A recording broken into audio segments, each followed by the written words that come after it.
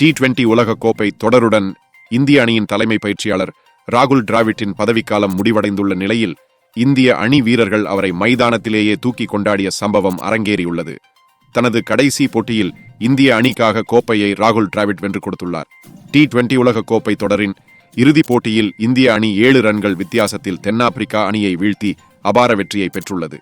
இதன் மூலமாக இந்திய அணி 2வது முறையாக T20 உலகக்கோப்பை சாம்பியன் பட்டத்தை வென்று சாதனை படைத்துள்ளது. 2007ஆம் ஆண்டு நடந்த உலகக்கோப்பையில் குரூப் சுற்றில் வெளியேறிய இந்திய அணி அதே மண்ணில் T20 உலகக்கோப்பையை வென்றுள்ளது. அன்றைய உலகக்கோப்பையை இந்திய அணியின் கேப்டனாக இருந்து தோல்வியை எதிர்கொண்ட ராகுல் டிராவிட் இம்முறை பயிற்சியாளராக இருந்து T20 உலகக்கோப்பையை வென்று கொடுத்துள்ளார். அது மட்டுமல்லாமல் சீனியர் கிரிக்கெட்டில் ராகுல் டிராவிட் வெல்லும் முதல் ICC உலகக்கோப்பை இதுதான். அந்த உலகக்கோப்பையை விராட் கோலி கையில் கொடுத்தபோது குழந்தையைப் போல் கொண்டாடினார். உணர்ச்சிகளை பெரிதாக வெளிக்காட்டாத ராகுல் டிராவிட் இம்முறை குழந்தையைப் போல் கொண்டாடியது ரசிகர்களுக்கு மிகப்பெரிய ஆச்சரியமாக அமைந்தது.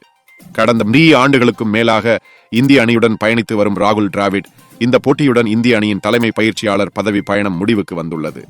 இந்தியாவின் தலைசிறந்த டெஸ்ட் கிரிக்கெட்டரான ராகுல் டிராவிட் பயிற்சியாளராக தனது கடைசி போட்டியில் இந்திய அணிக்காக T20 உலகக்கோப்பை வென்று அசத்தியுள்ளார். இதனால் இந்திய அணி வீரர்கள் பலரும் ராகுல் டிராவிட் உடனான கடைசி நிமிடத்தை இன்னும் ஸ்பெஷலாக மாற்றியுள்ளனர்.